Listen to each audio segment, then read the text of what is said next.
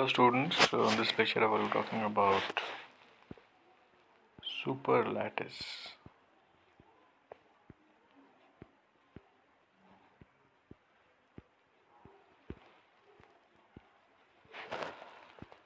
Uh, Normally, or in short we call it as SL. Normally the term superlattice is a term in metallurgy where we are forming different alloys, and a perfect order alloy is actually called a superlattice. However, it has got a different point of view of looking, and this is mainly in the case of thin films. We also have a superlattice. So in thin films, periodically alternating single crystal films, periodically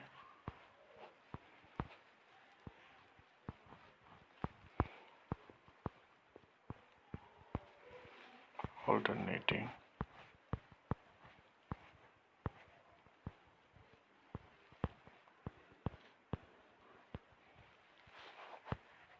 single crystal films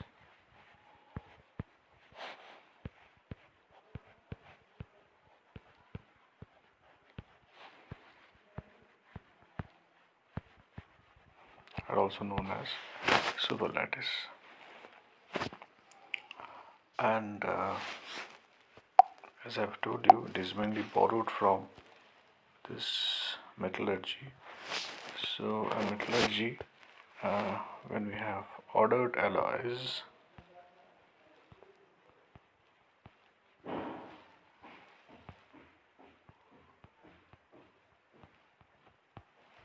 for example, if you have an alloy made of gold and copper, AuCu3,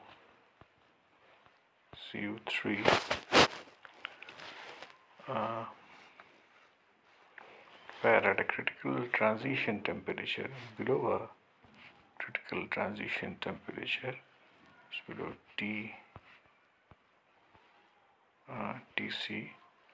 the FCC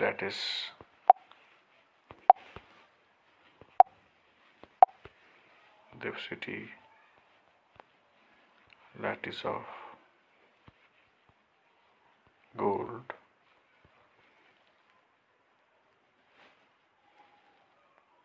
are at the cube corners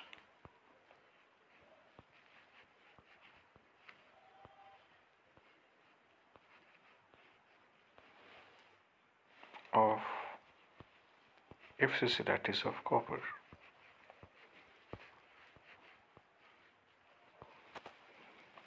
And for these ordered alloys, and the evidence is normally found in X-ray diffraction studies, and where an extra lines, which are called superlattice lines,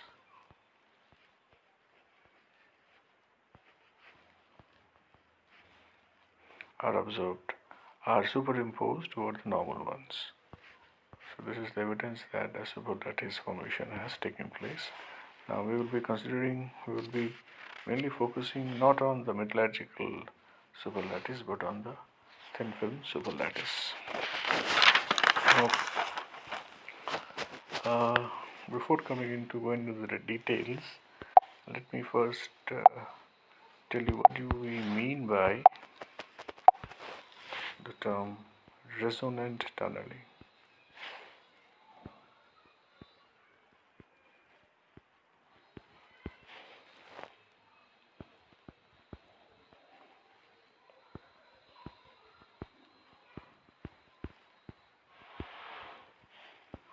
Some of you might know what a tunneling means, and it's basically a quantum mechanical effect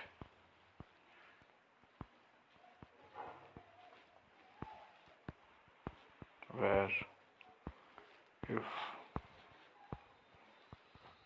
a subatomic particle, which is mainly in the case of electron, if it is going at a energy E, and can actually, classically it cannot pass a potential which is having value greater than E.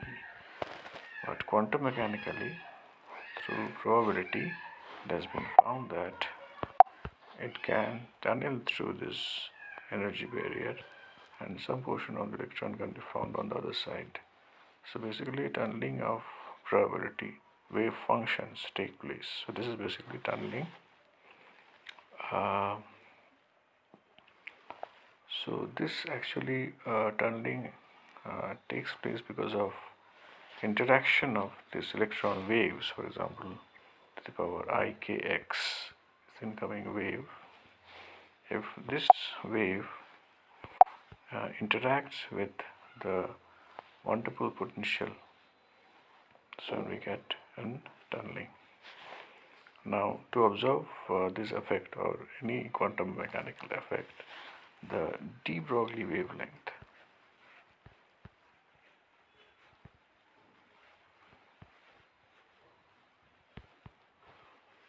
that means the wavelength related to the matter wave,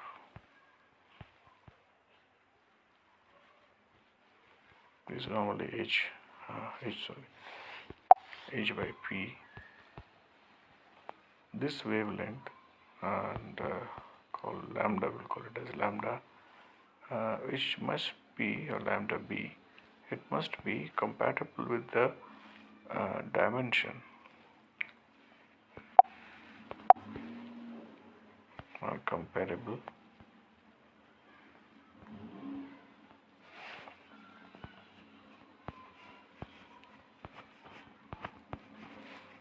with the dimension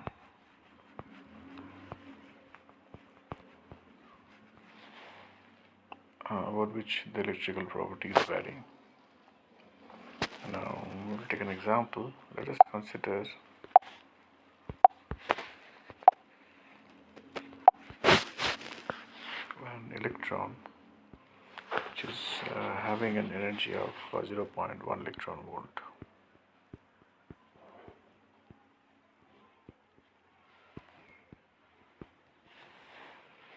And having a effective mass of about 0.1 mMo. The effective mass is the mass of the electron when it is under the influence of a lattice, and this effective mass is actually is proportional to curvature of the EK diagram. So curvature is represented as d square E by dk square, the power inverse. So this is basically the curvature.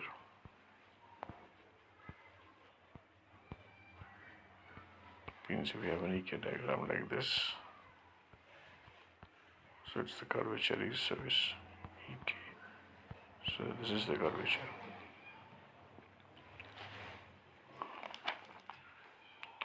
Now in this case, since the conduction band of gallium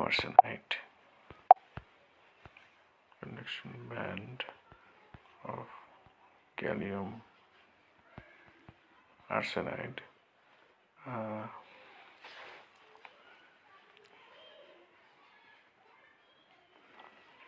is narrower than silicon, or is less than conduction, or should sorry, is narrower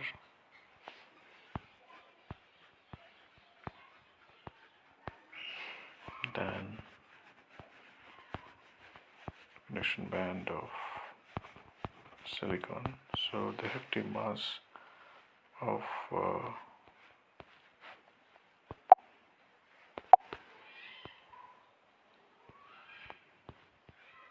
electron, the gallium arsenide, is also less than the effective mass of electron in the case of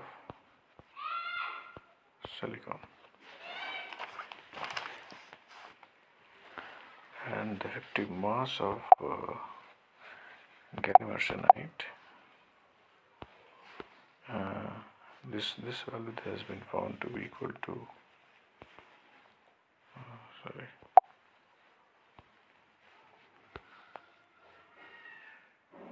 0.07 mho, where this has been found to be equal to 0.19, the original mass of the electron. Now this de Broglie variable lambda, which we have written as h by p, which is equal to h by 2m e, since p square by 2m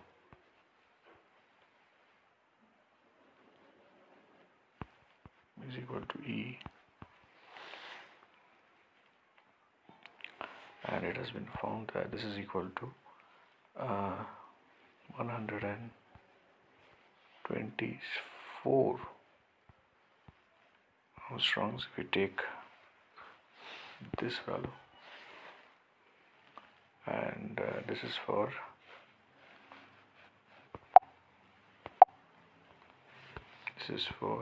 Me is equal to 0.1 mho.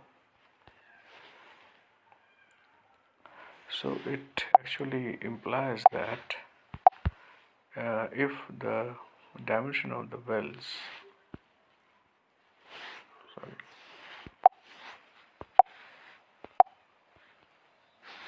the dimension of the quantum wells or barrier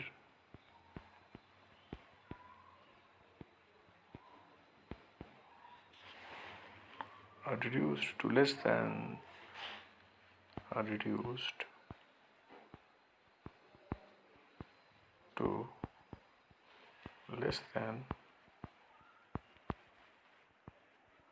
the mean free path.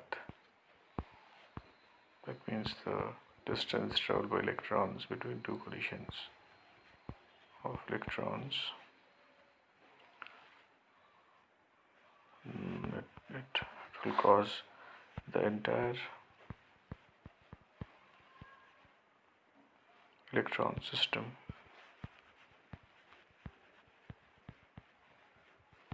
will go into the quantum regime.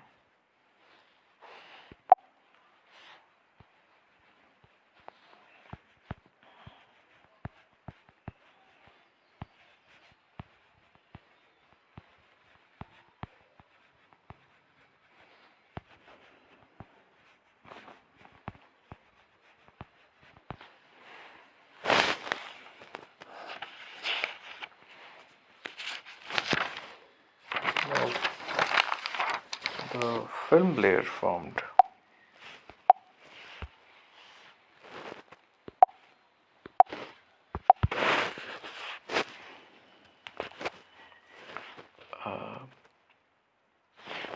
the film layer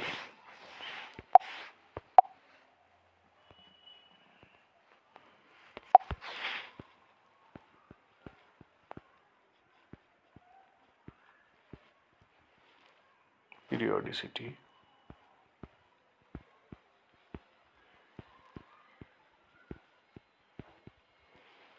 on the top of the regular atomic lattice periodicity.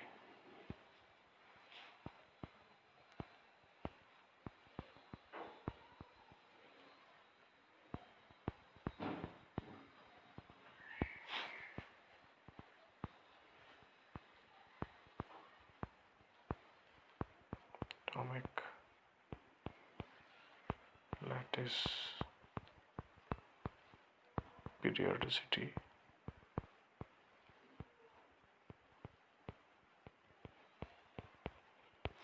is also significant. For example, we have a conventional, for the case of conventional layers,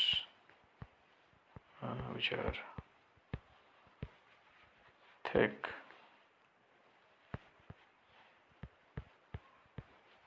and we have thin films which show quantum effects which are thin, so it is actually a hybrid between the two. Now the wave function of change of electron carriers, wave function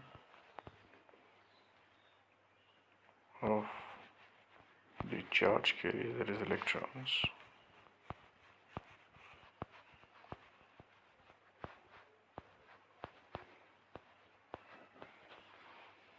in adjacent layer,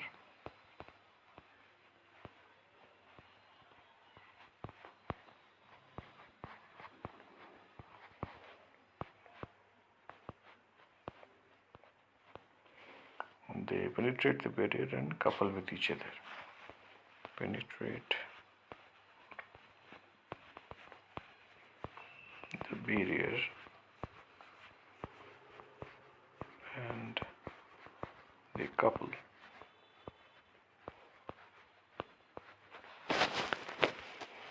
So this is actually the resonant tunneling that we are talking about in the case of superconductors. We have a conventional one, we have a quantum effect one, and so there is tunneling taking place between the adjacent barrier. Now by doping we can have different types of band gap variation. For example, the superlattice in terms of doping can be divided into two parts.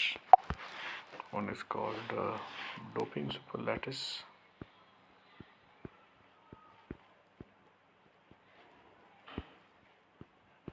actually it takes a shape like this.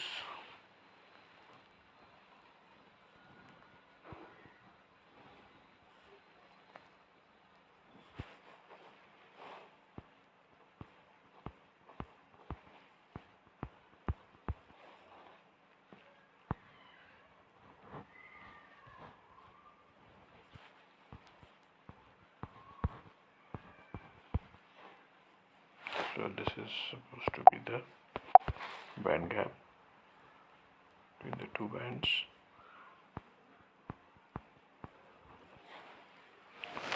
And so band gap is almost constant here. Apart from that, we can have something called composition superlattice. By changing the composition, we can make superlattice.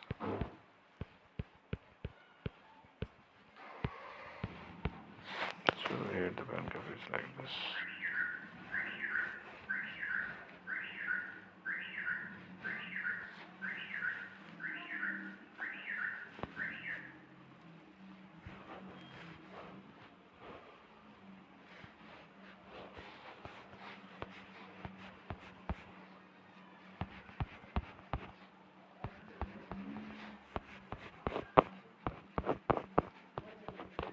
So we have two different band gaps here.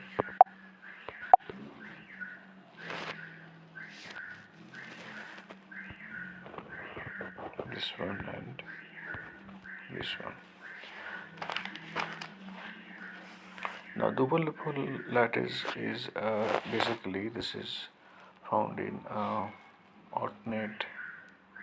We have alternate p-n junctions.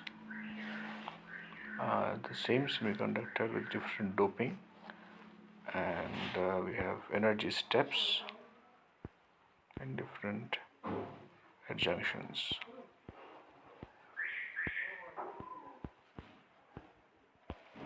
Whereas in composition superlattice, there is a change in composition. We make a tri-layer. For example, this can be made by indium phosphide, then a different composition of indium phosphide, say 0.53 indium and gallium of 0.47, and then again an indium phosphide, so a layered material. And this is your, it's called EGB, and this is your EGW. So you can see that EGB is more than EGW.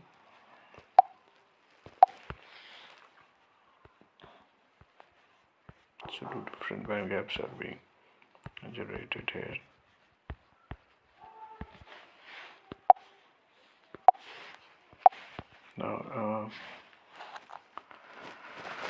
Now the question, whenever we are talking about quantum mechanics, there is the quantum mechanics is based upon the very fundamental equation called Schrodinger's equation. So some of you might have learned the Schrodinger's equation, what the Schrodinger's equation is, but I will take a separate class on the details of Schrodinger's equation. For the time being, just understand that it is actually equation which keeps the track of the wave function. So this is the basic form of the Schrodinger's equation. So this is called Hamiltonian operator.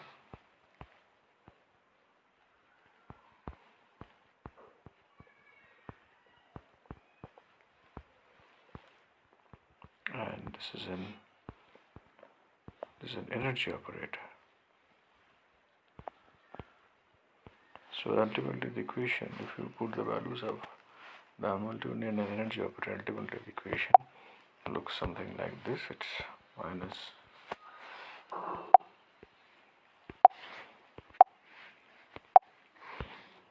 minus h cross square by 2me star del square psi by del x square plus v psi is equal to e psi. And if you solve it for a single particle, so it becomes root 2 by L sine 2me by h cross square x. This is the equation. And so the boundary conditions say that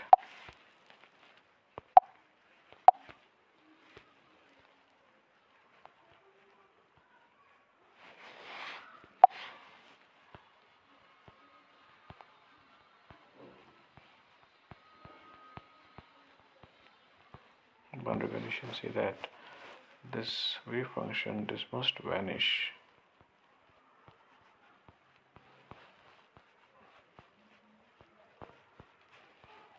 at x is equal to 0 and x is equal to L. So if we put the boundary conditions into practice, then the energy actually comes out to be